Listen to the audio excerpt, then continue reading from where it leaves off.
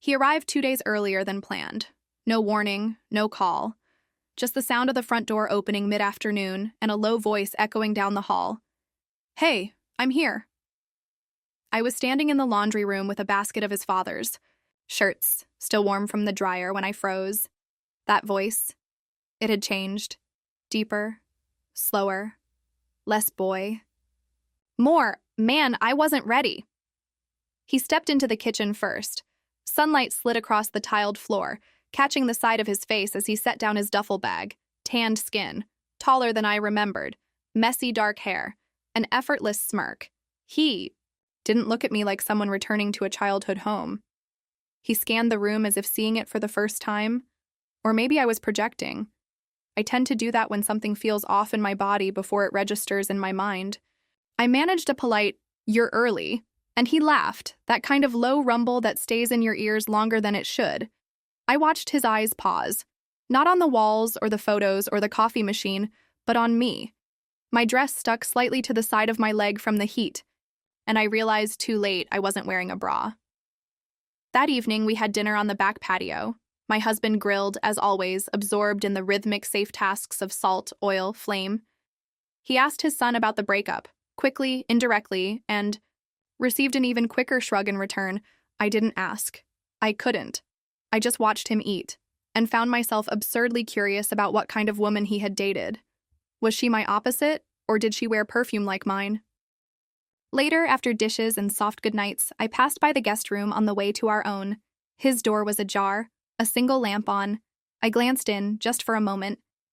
He was shirtless, back to the door, stretching his shoulders like a swimmer before. A plunge.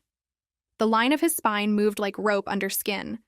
I stepped away before he could turn, but I felt a pulse in my lower belly, sharp and unfamiliar. Not arousal, not yet, just the awareness of having been still for too long. My marriage isn't bad, that's important to say. There's no cruelty, no betrayal, no shouting behind closed doors. We sleep in the same bed, we text each other updates, we hold hands at dinners out. But something's been draining out of me over the years. A softness, a thrill. Intimacy has become a thing to schedule, not something that sparks. We kiss, but not deeply. We touch, but not long enough to mean anything. I've tried to tell him gently. He says, "But we're doing fine, aren't we?" And I don't have the heart to say that sometimes fine is a kind of erosion, the worst kind, the slow one. The next morning, I stood at the mirror adjusting the strap of my silk camisole and realized I was thinking about how sheer it looked in daylight. I had never worn it when he was home. I did now. He passed me in the hallway after breakfast. I moved aside to let him through, expecting a nod, a quick, "Thanks." But he stopped, not completely, just a pause. His eyes dropped, flicked to the strap slipping off my shoulder, then lifted. Again, he didn't speak, just held the gaze long enough for it to matter. My body was hot for hours after that. Not in a sexual way. Not exactly. More like the sensation of being watched, even when alone. I began checking my reflection more, choosing thinner fabrics, lingering by the coffee maker just a second longer, not to seduce, not consciously, just to exist. Noticeably. On the third day, I found myself putting on lipstick before going downstairs. It wasn't a shade I usually wore at home, not the soft pink my husband liked. This was red, slightly too much for morning. I looked ridiculous, and yet I didn't wipe it off. He entered the kitchen as I poured coffee, shirtless again, towel drying his hair. His torso was cut from time, not vanity, not gym polished, but used, arms that had lifted, carried, worked. He asked if the milk was still in the fridge, voice lower from the steam of the shower. I said yes. He took the carton, poured, drank straight from the glass, and wiped his mouth with the back of his hand. I watched him drink, and then I watched myself, watching him. The tension wasn't overt. There were no flirtatious smiles, no lingering jokes, but something had already cracked in me. A curiosity, a hunger I hadn't acknowledged in years, not necessarily for him, not yet, but for the way he made me feel without even trying. Noticed, present, awake. By evening, I stood in front of my closet longer than usual, choosing nothing. Everything I wore looked either too deliberate or too forgettable. I picked a blouse that opened at the collarbone and a long skirt I hadn't touched in months. My husband complimented me, absent-mindedly, distracted by emails. His son didn't say anything, but when I cleared his plate later, his hand brushed mine, briefly, unintentionally. But it left heat that night in bed. My husband reached for me. I let him. I always do. I even kissed him back, out of habit. But when he moved over me, I closed my eyes and saw a different shape, a younger one that hadn't touched me at all, and somehow had already gotten under my skin. The next morning, I opened the laundry room door. His gym shorts were on top of the basket, damp, warm. My hand hovered above them for a second longer than it should have. And that was when I knew. Something in me had already shifted. I just hadn't decided yet whether I would let it break. The mornings began to feel heavier, not in the literal sense. There were still birds outside, the filtered sun through the blinds, the usual soft hum of the dishwasher on its early cycle. But inside me, the weight was building. I woke up restless even when I had slept well, and more than once. I caught myself reaching for my robe in a way that felt rehearsed, almost performative. I'd tie it slightly looser than before, let one shoulder stay just a little exposed while I prepared breakfast. Small things, insignificant perhaps, but not to me. That morning I was in the kitchen before anyone else. The quiet felt delicate, like stepping on snow that hadn't been touched. I moved slowly, intentionally, careful with how I poured the coffee, how I leaned against the counter. I wasn't dressing for seduction. I was dressing for attention, and the shame of that realization burned behind my ribs. He walked in barefoot, shirtless again, with that towel still draped over his neck like it belonged there. His body was flushed from the heat of the shower, skin warm-toned, hair darker, where it clung to his temples. I looked away first, but not quickly enough. He didn't say good morning. He didn't need to. The silence between us had started speaking its own language. I placed a cup in front of him. Our fingers touched as I handed it off. That simple connection, it shouldn't have meant anything, but it did. His fingers were dry, warm.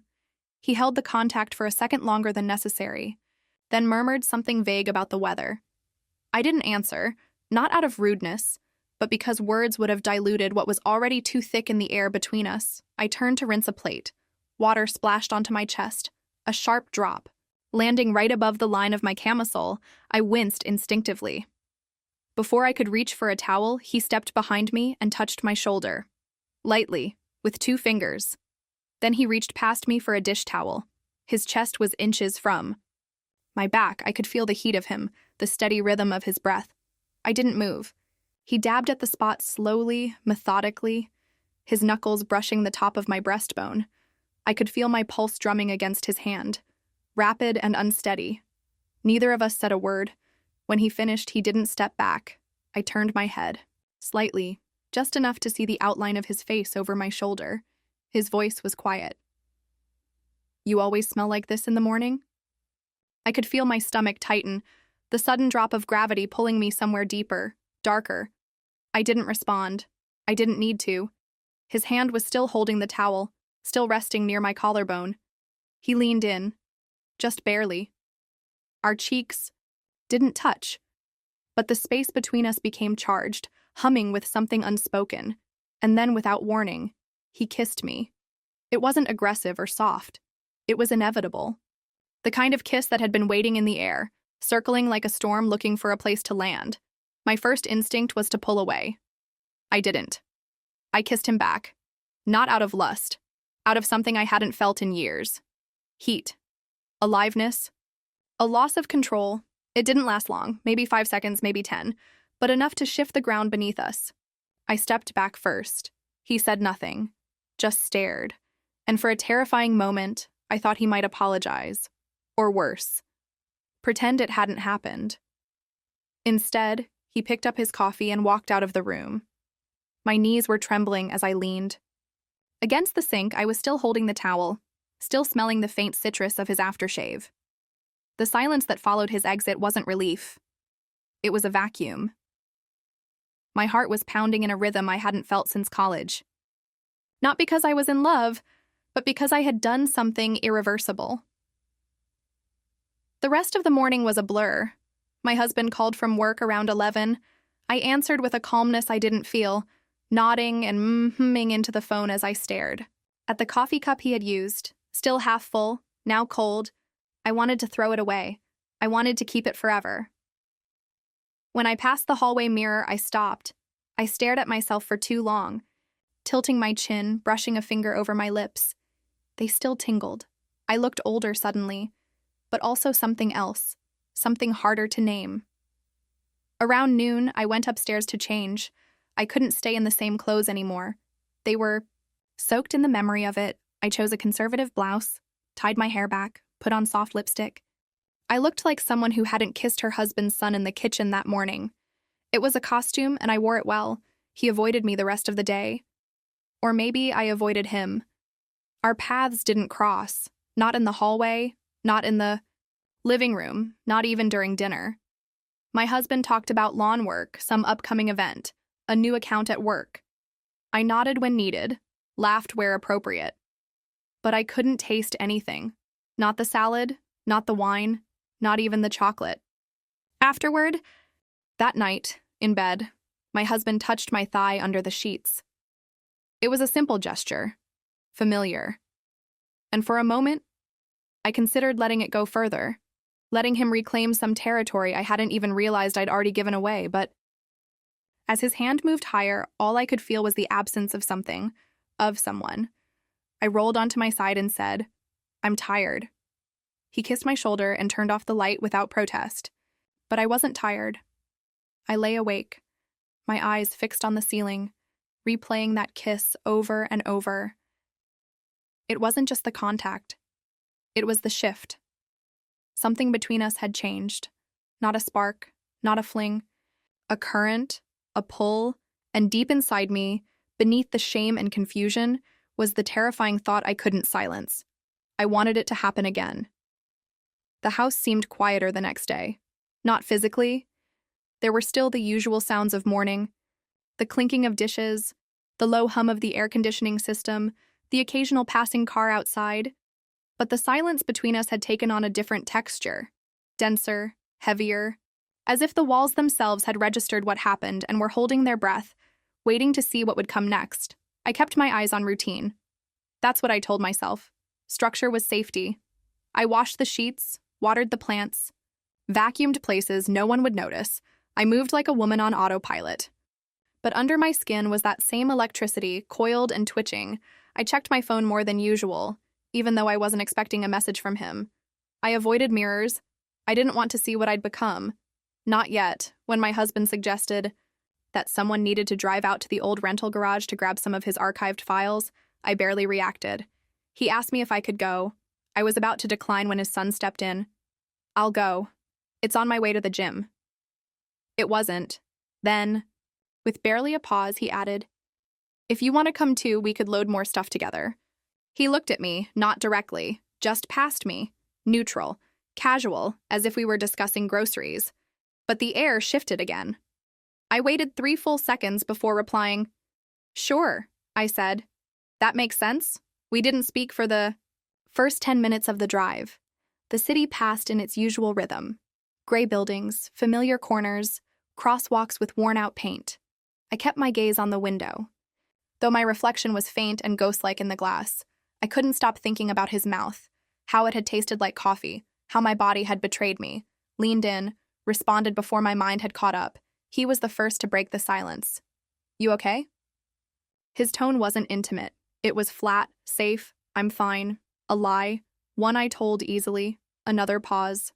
Then, "We don't have to talk about it." I turned to him then, just slightly. "That's convenient," I said, more sharply than I meant. "Not talking." He nodded once, eyes still on the road. "It is." We arrived at the storage garage just as the sun was beginning to glare over the rooftops, the key stuck in the lock. I had to yank twice before it gave in. Inside, the scent was a mix of dust, old paper, and metal, forgotten things, the kind of place no one enjoys returning to. But here we were, He ducked under a pipe and pulled out a box marked Client Archives. I bent to help, brushing against him as I reached for the other side. The contact was subtle but sharp enough to make us both freeze. "I can carry it," he said. "I'm not fragile," I answered. The box was heavier than it looked, and as we set it down inside the trunk, our fingers touched again. Neither of us pulled back. This time, I didn't even pretend it was an accident. His gaze met mine, open, unflinching.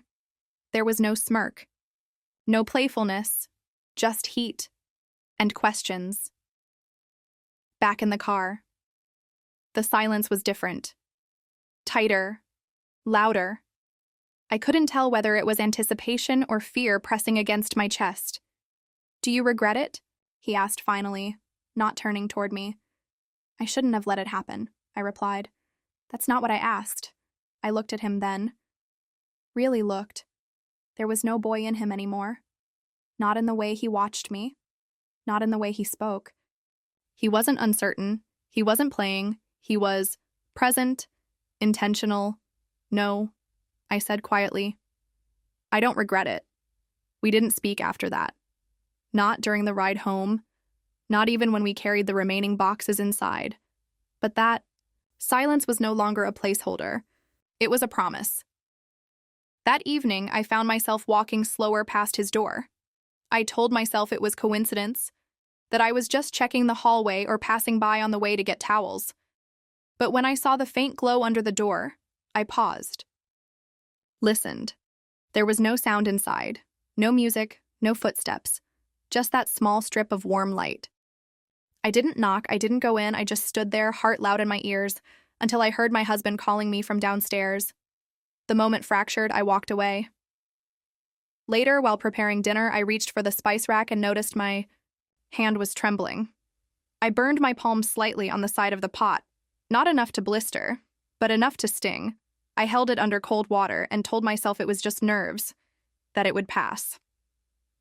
After dinner, my husband stretched out on the couch watching a documentary. He fell asleep halfway through. As usual, I sat beside him, our legs touching, his breathing soft and steady. I turned the volume down and watched him sleep. He looked peaceful, trusting. I felt like a thief.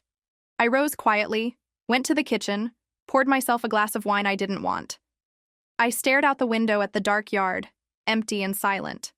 The trees moved slightly in the wind, the shadows shifting across the grass, and in that stillness, I let myself say the one thing I'd avoided until then. I want it to happen again. I didn't know when or how, but the thought was no longer abstract. It was a weight in my chest, a longing that had moved past flirtation or confusion. I didn't want to feel desired. I wanted him. Again, differently, more, and in that quiet, with a man asleep in the next room and a boy becoming something else entirely down the hall. I took a deep breath and stopped lying to myself. It was my husband's idea to host a dinner. Nothing grand, just a casual evening with neighbors and an old friend of mine I hadn't seen in over a year. He said the house felt too quiet lately and thought a little noise would do us good. I nodded, pretending the thought hadn't struck me as ironic. Considering how full of unspoken tension it had become in the last few days, I spent most of the afternoon preparing. The table was set early, candles arranged with clinical symmetry, glasses wiped twice. My movements were deliberate, anything to keep my mind away from him, from what had happened in the garage, from the car ride that hadn't included a kiss but had still left my skin humming for hours. I chose a simple black dress, not tight, not low-cut, but it had an open back. I told myself it was coincidence, but deep down, I knew exactly who I was hoping would notice. They arrived in clusters. My friend brought a bottle of wine and a tired laugh about traffic. The neighbors brought dessert and their usual cheerful small talk. My husband played the host as always. Gracious, reliable, with that calm assurance that once drew me in and now felt like background noise. I watched him. Pour drinks, his hand steady, his shirt crisply ironed. There was nothing wrong with him, and maybe that was the problem. He joined us late. I was in the kitchen, placing roasted vegetables on a platter when I heard his voice behind me, greeting everyone. My hand faltered just slightly on the tongs. I steadied myself before stepping out. He had changed into a dark green button-down, sleeves rolled to his elbows. It brought out the tan in his skin, the edge in his jawline. He kissed my cheek lightly when we passed in the hall. I stiffened for half a second, hoping no one noticed. He did. Dinner was loud. Laughter echoed off the windows. Someone spilled wine. The neighbor's husband told a story he'd told before. My friend leaned across the table, teasing me about how polished my house looked. I smiled, deflecting, but I kept watching him across. The candles. The way he listened more than he spoke. The way he leaned back with one arm on the chair, relaxed, confident. At some point, my friend whispered, "He's grown into himself, hasn't he?" I pretended I didn't hear her. At one point, I stood to clear a plate and felt his gaze on my back. Not the polite glance of a dinner guest. Something sharper. He held it just a moment too long before looking away. My pulse quickened. I forgot which dish I had been reaching for. Later, in the hallway, I stepped into the bathroom to catch my breath. I splashed cold water on my wrists. My reflection looked back at me with wide eyes and red-touched cheeks. The wine, I told myself. The heat. But I knew better. I fixed my lipstick, smoothed my dress, counted to 10. When I stepped out, he was there, leaning against the opposite wall, arms crossed, quiet. No smile, no pretense. "You're good at this," he said softly. "At what?" "This, all of it, the dinner, the performance." I didn't reply. He pushed off the wall and took a step closer. I didn't move. The hallway light flickered slightly overhead. His voice lowered. "You've been avoiding me." "I haven't," I said too quickly. He tilted his head. "That's fine. It's smart. But you don't want me gone." The words landed like stones in my chest. I opened my mouth, closed it again. The only sound was the murmur of voices in the dining room. Far away now, I felt the warmth of his body even before he got too close. His hand brushed my arm. Light, testing, I didn't pull away. Then behind us, footsteps. We both froze. A second later, my husband appeared around the corner, smiling, holding a dish of lemon tart. "There you are," he said. "We were wondering," I smiled. "Just fixing my lipstick." He kissed my temple and handed me the dessert. We returned to the table like nothing had happened, but something had. My friend watched me as I poured more wine. Her gaze lingered. She didn't say anything, but there was a faint tightness in her expression. Later, when the guests were leaving, she hugged me longer than necessary. "You okay?" she whispered. "Of course," I said. She didn't look convinced. After everyone was gone and the dishwasher hummed its last cycle, my husband went upstairs. I stayed in the kitchen, wiping an already clean counter. I wanted to be alone, or I wanted him to come. Down, I wasn't sure which. Eventually, I walked up the stairs slowly. I passed his door. No light, no sound, but I knew he was awake. In our bedroom, I undressed carefully, folding my clothes with unnecessary precision. I put on a nightgown I hadn't worn in years. Soft, sheer, nearly transparent. Not for my husband. He was already asleep. I stood by the window for a while, staring into the backyard. The moonlight made the grass look like frost. Everything felt still, but inside me, everything was racing. I wanted him to knock on my door. I wanted him to break the silence. I wanted him. And I didn't know how much longer I could pretend I didn't. Had barely finished my morning coffee when my husband mentioned the spa package. He was scrolling through his email on the patio, voice casual, detached, as if suggesting we buy new kitchen towels. "Turns out the voucher expires this week," he said, lifting his mug. "It's for 2. You should use it." I was half listening. The sunlight too sharp on the table, my attention frayed after another night of barely sleeping. "Take him," he added. "You both could use a break." I looked up and he wasn't even glancing at me.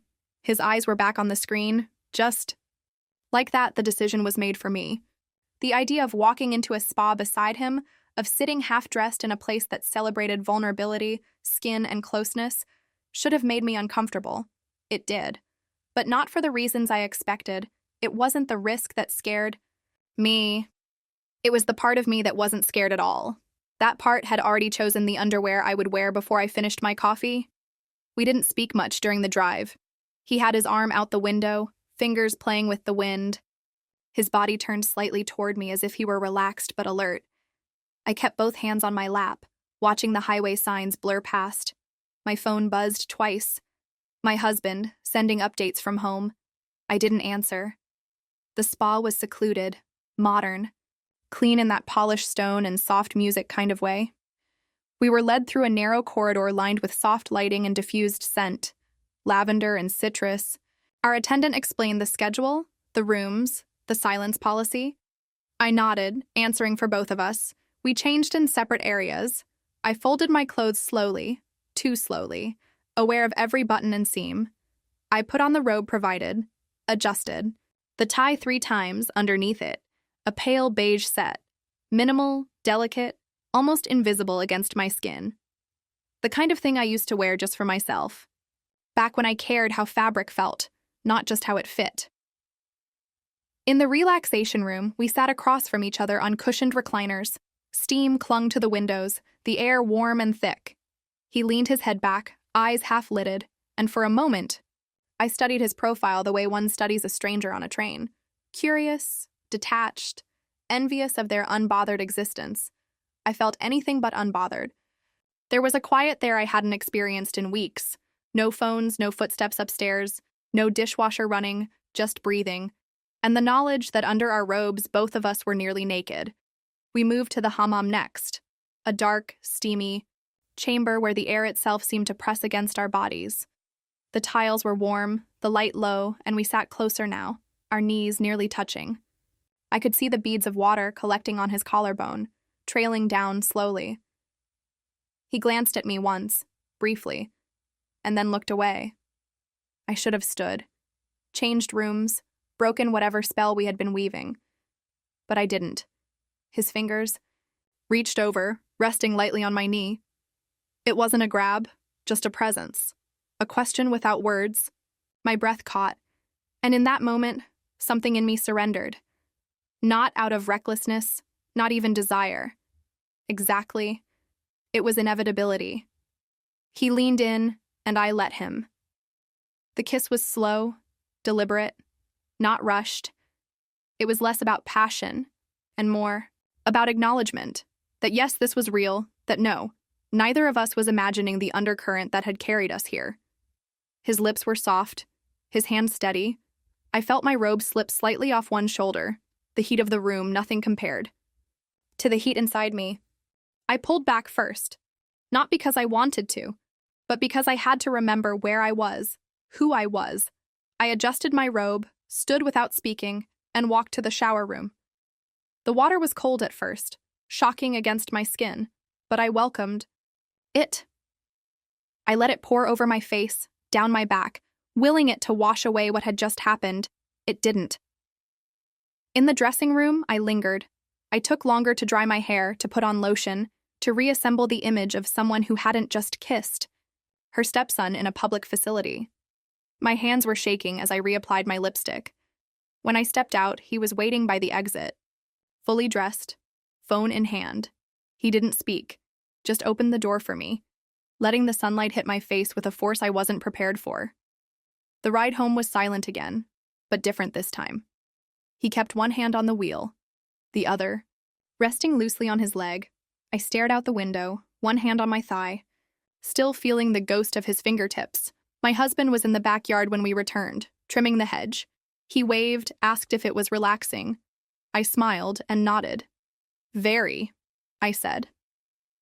That night, I didn't join him in bed right away. I stayed. In the bathroom longer than usual, running my hands over my arms, watching the way the steam from the bath made my skin shine. I looked different. Not younger. Not more beautiful. Just seen. When I finally slipped under the covers, he was half asleep. He touched my waist briefly, murmured something about his meeting the next day. I closed my eyes, but sleep didn't come. My mind replayed the kiss over and over, not in snapshots, but in sensation, heat, pressure, weightlessness. I knew then, with an aching certainty, that I had crossed into something I couldn't return from. Not just an affair, not just a secret, but a hunger that had been waiting inside me for years. Quietly, patiently, until the right pair of eyes brought it back to life, and now it was alive. There was no talk about what happened at the spa, not the next morning, not at dinner, not even in those accidental moments when our hands brushed too closely, or we reached for the same dish. We were careful, deliberate. The silence became a wall neither of us dared climb, but it didn't erase what happened. It only deepened it. He began spending more time outside the house. He would leave for hours without saying where he was going, and return with that same unreadable calm. I didn't ask. But I noticed the small shifts, the way he avoided eye contact in the kitchen, the way he no longer hovered when I walked by. I told myself it was better this way, that we had stepped too close to the edge and this was his way of pulling back. It should have brought relief. Instead, it felt like withdrawal. That distance, whatever he was trying to do with it, didn't make my desire disappear. If anything, it made it worse. I kept replaying the kiss in the hammam, the touch of his hand on my knee, the moment our bodies leaned into each other not because of passion, but because there was nowhere else to go. That memory had started to infect everything. Even the way I moved, the way I dressed, the way I watched the door, hoping it would open and hating myself for it. One evening after dinner, I passed by the living room and saw him scrolling through his phone. He didn't notice me at first, and I stood there quietly for a moment. Half shadowed by the doorframe, his jaw was tense, his brows furrowed. Then I heard the buzz of a message. He tilted the screen just slightly, and though I could barely make out the words, I saw enough: a woman's name, a short message. "You still think about me?" It felt like a slap, sharp and humiliating. Not because I had any right to feel betrayed, but because I had believed I was the only one occupying that space in his mind. My stomach turned, and I moved before he could see me back to the kitchen, hands shaking as I stacked dishes without need. Later, I passed him in the hallway, and when he looked at me, I didn't look back. I walked past him as if he were furniture. It was petty, childish, but necessary. I needed to reclaim some part of myself, something not defined by whether he desired me. That night, I stayed up reading. My husband had fallen asleep early, his snoring soft and regular, a kind of background rhythm I had learned to tune out over the years. I wasn't reading the book so much as holding it. The words passed through me like static. My focus kept slipping. I thought about that message again, about the girl behind it. Was she his ex? Was she someone he missed? Someone he compared me to? I had no answers, only imagined versions of her. Young, confident, untouched by guilt or circumstance. It made me feel cheap. In the days that followed, I became colder toward him. Not obvious, but deliberate. I no longer lingered near him. I spoke less. I didn't ask if he needed anything. I knew he noticed. But he didn't challenge it. He mirrored. The same cool politeness, as if this was the only language we were allowed now. Then one evening, after a long silence over dinner, I asked the question that had been burning a hole in my throat. "Do you regret it?" He looked up slowly, his face unreadable. "You mean the spa?" I didn't answer. He watched me for a moment, then set down his fork. "No," he said. "Do you?" I hesitated. "I don't know." His voice was quieter now. "You've been different. So have you. I thought that's what you wanted." I looked away. Maybe I wanted to believe I mattered more than I do. He stood, not in anger. Just stood, as if the conversation had taken too much out of him. As he left the room, I felt something tighten in my chest. The kind of tightness that doesn't come from rejection, but from the terrible realization that I had fallen into something without a net. That night, I lay in bed next to my husband, our backs not quite touching. He reached for my hand once in his sleep, curled his fingers around mine. I didn't pull away, but I didn't close my hand either. I stared into the dark and thought about the spa again, about the kiss, the heat, the pressure of a body that wasn't mine to want, but that I did anyway.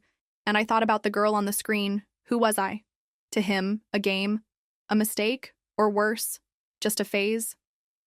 I didn't know, but I wanted to. The morning after our last real conversation, I found myself standing in the hallway, staring at the shut door of the guest room, heart pounding for reasons I couldn't voice even in my own head. I didn't knock. I didn't call his name. I just stood there for a long moment, waiting for some kind of sound, movement, proof that what had grown between us still lived behind that door. But it was quiet, too quiet. I eventually turned and walked away, the echo of my bare feet across the floor somehow louder than usual. By noon, he was gone. No note, no explanation. Just vanished for the entire day, and I knew better than to ask my husband. He wouldn't have kept track. He trusted him implicitly. He trusted me, and that was the hardest part. I distracted myself by going out.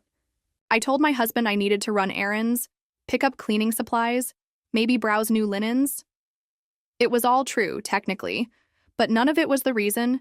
I needed space, a different air, a chance to breathe without the constant pressure building.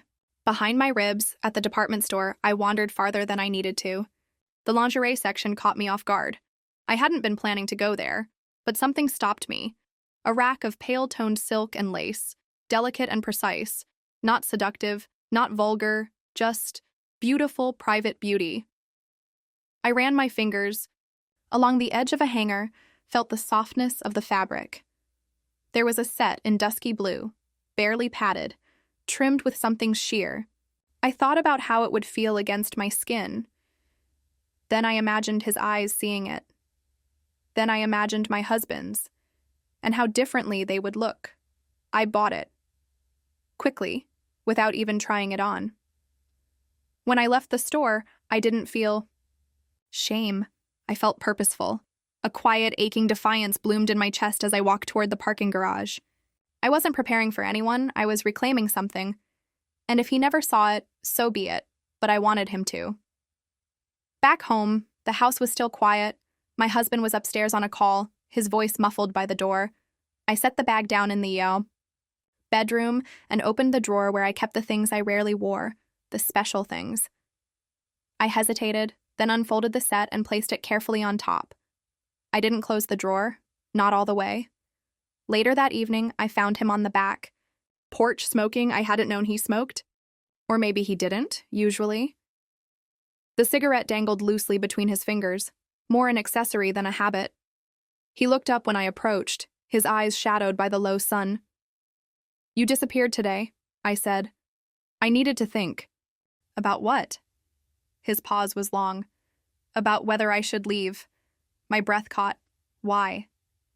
Because this isn't just an accident anymore. I stepped closer, but not too close. The porch boards creaked beneath me, dry and splintered with heat. "And you think leaving will make it disappear?" "No," he said, "but maybe it will stop it from going further." His voice wasn't confident. He wasn't trying to convince me, or himself. He was scared. I recognized the tone. I'd used it too many times in my own head, trying to explain away things that couldn't be undone. I leaned against the railing. The garden lights flickered on, casting soft shadows against the hedges. "If you were going to leave," I said, "you'd already be gone." He turned toward me, the cigarette almost burned out.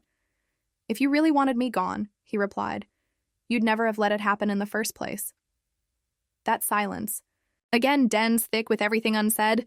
"You ever think about just leaving?" he asked suddenly. "Leaving what?" "All of it. This house, this town, the roles we play in it." I studied his face, the seriousness in his eyes, the weight in his shoulders. It wasn't a line. He meant it.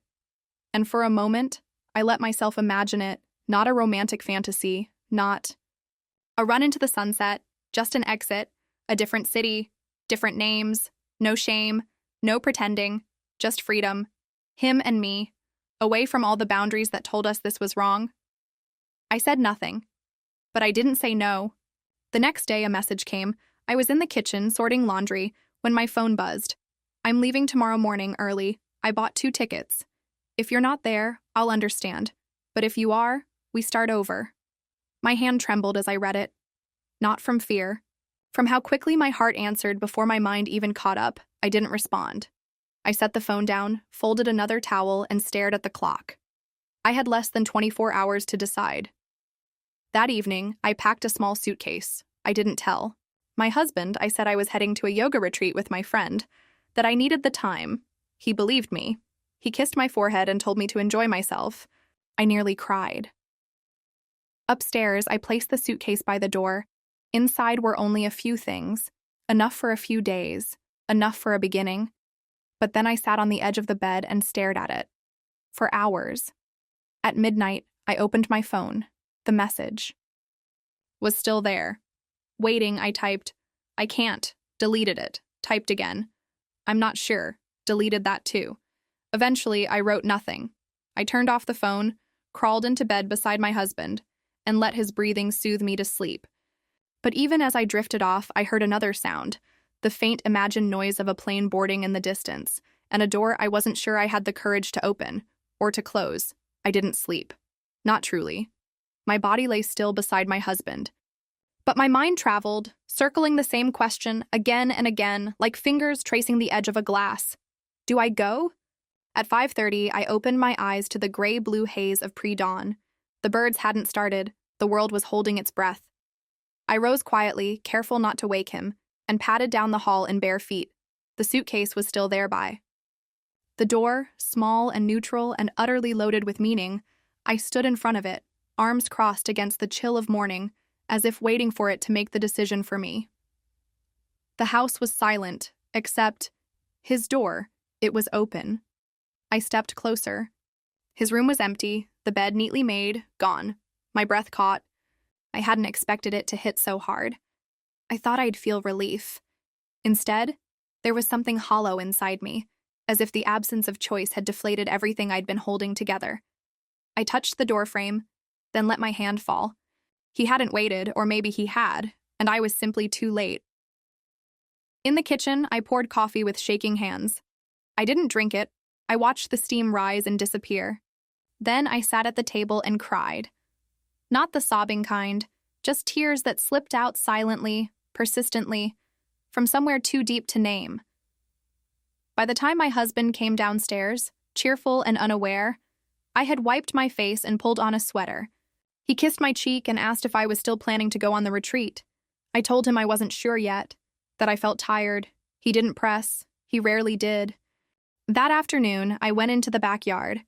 I sat in the spot near the fence where the sun hits perfectly in late hours, and I watched the trees move slowly in the wind. The stillness felt louder than anything. The air was warm, too warm for September. I let it wrap around me like a warning. I found the note in the mailbox, not folded, not sealed, just a torn page from a spiral-bound notebook, placed gently between two letters. No name, no date, just 5 words. I gave you my exit. No anger, no begging, just finality. I held the paper for a long time. It felt like both a goodbye and an accusation. He had offered me something, not perfection, not even a future, but freedom, and I had refused to take it. Or perhaps I hadn't had the courage to believe I deserved it. That night, I dressed up, not for anyone, not for any dinner or outing, just for myself. The new lingerie, a black dress I hadn't worn in years, red lipstick, hair brushed out in loose waves. I stood in front of the mirror and waited to feel shame. I didn't. I only felt clarity. Walked past my husband in the hallway. He was in his office, typing something. He glanced up and smiled faintly. "You look beautiful," he said. "Going somewhere?" I shook my head. "No, just needed to feel like myself for a minute." He nodded and returned to his screen. In our bedroom, I sat on the edge of the bed and stared at the blank space where my suitcase had been. I hadn't unpacked it yet. It was still by the door, still full of indecision, but something had changed in me. Maybe not enough to leave, not yet, but enough to know that I couldn't keep pretending nothing had happened. I had cracked open a version of myself I hadn't seen in years, and now that she was awake, she wouldn't go quietly. I didn't want a fantasy. I didn't want stolen kisses and plane tickets. I wanted to feel again, like a woman, like a person, like someone whose body and choices and silence meant something. Didn't know what that would look like or how long it would take, but I knew I was done waiting. The next morning, I opened his door. The room was still clean, empty, airless, but something was there on the desk. A photograph. One of him, much younger, maybe 16, arms around a dog, grinning like he had no idea what life was about to do to him. I picked it up, traced the corner with my thumb. There was something written on the back. Don't settle for surviving. And suddenly, I couldn't breathe. That evening, I made dinner. Not out of duty, not out of habit, just something simple. Roasted chicken, a salad. My husband came home late. He looked tired, grateful. He kissed the top of my head and said, "It smells amazing." I smiled, and meant it. But when I sat down across from him, I saw myself differently. Not his wife, not someone's stepmother. Just a woman who had come close to burning everything down, not for pleasure, not for thrill, but because the fire inside her had gone cold. And she didn't know how else to survive. I picked up my fork and took the first bite. It tasted like ash, but at least it tasted like something. Weeks passed, not all at once. Slowly, like sediment settling after a storm, the days returned to a kind of normal, but it wasn't the same rhythm we had lived in before. Something had shifted, quietly, but irreversibly. It was in the way I moved through the house, how my fingers hesitated on light switches, how I paused in doorways. I had become too aware of space, its weight, its absence, its unspoken memory. He didn't come back. Not for his forgotten socks, not for the charger still plugged in beside the guest bed, not even for the photograph he'd left behind. There was no second note, no late-night call, no moment of reconsideration, just that one message in my mailbox. Just the plane I never boarded. My husband noticed something. I could tell by how gently he watched me. He didn't ask questions, but I knew he was waiting for the day I might unravel, might admit there was something beneath the surface I wasn't ready to share. But I didn't unravel. I evolved. It wasn't grief I felt. It wasn't regret either. I didn't long for what could have been. What kept me awake some nights wasn't the missed opportunity, but the understanding of what I had allowed to awaken in myself. I had tasted a version of intimacy so potent, so immediate, that everything else around it felt faded. Like a song played from another room. There were days I hated him, for leaving, for making me feel alive, for giving me a glimpse and then turning away. But deeper than that, anger was something quieter. Gratitude. He had never promised permanence, only truth. And for a moment, I had stepped into it. One Sunday morning, I walked alone into the farmer's market. The town had begun to cool for autumn. Scarves, boots, the scent of cinnamon from vendor stalls. I browsed without aim, touching. Apples smelling soaps. An older woman complimented my coat. A child tugged on his mother's hand and pointed at my earrings. I felt, for the first time in a long while, present, not hiding, not waiting. Back home, I began changing things, not drastic things, not the furniture or the curtains, but small shifts. I repotted the plant in the guest room, letting it take up more space. I changed the bedding, something softer, something I liked. I began cooking differently, not to impress, not to nourish, just to feel my hands on something real. My husband tried, in his way. He suggested a weekend away, a wine tasting, a trip to the coast. I agreed to one of them, not out of obligation, but because I wanted to see what could be salvaged in the space between us. He wasn't cruel, he wasn't inattentive, he simply hadn't been looking. And now maybe he was. But it was too late to unsee what I had seen, too late to unknow myself. We lay in bed one night, and he rolled toward me, placing his hand gently on my hip. "Are you happy?" he asked. I didn't answer right away. The question hovered in the dark, pulsing. I turned to face him. "I'm becoming," I said. He nodded slowly. I think he understood, at least enough not to push. Some mornings, I still opened the drawer and found the dusky blue lingerie folded neatly beneath my sleepwear. I never wore it again.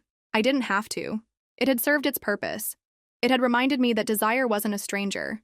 It had just been buried under years of quiet. Sometimes I wonder where he is.